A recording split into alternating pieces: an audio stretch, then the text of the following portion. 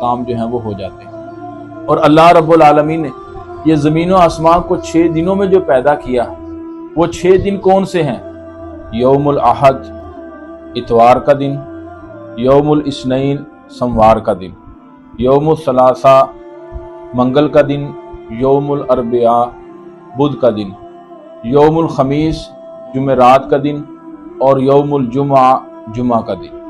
ہفتے کے علاوہ باقی 6 دن جو ہیں، ان دنوں میں اللہ رب العالمین نے زمین و آسمان کو پیدا کیا، اور ہفتے کا دن اسے عربی میں یوم السبت یعنی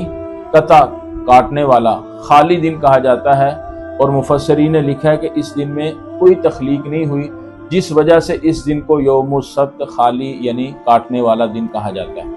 اور مفسرین نے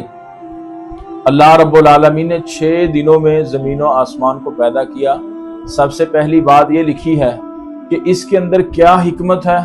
اللہ ہی بہتر جانتا ہے، اور بعض مفسرین نے یہ بات لکھی ہے کہ اللہ رب العالمین نے زمین و آسمان کو جو 6 دنوں میں پیدا کیا، اس میں حکمت یہ ہے کہ اللہ رب العالمین لوگوں کو آرام، وقار اور تدریج کے ساتھ کام کرنے کا سبق دینا چاہتے ہیں، اور اللہ رب العالمین نے یہ 6 دنوں کے اندر جو زمین و آسمان کو پیدا کیا، اسی سے ہمارے لیے سبق ہے کہ آپ کوئی بھی کام کریں اس کو وقار سے، آرام سے اور بتدریج کریں، اور اس کے علاوہ مفسرین نے کوئی بات اس کے اندر درج نہیں کی۔ اللہ عالم بالصواب، اللہ ہی بہتر جو اس کے اندر حکمت ہے اسے جان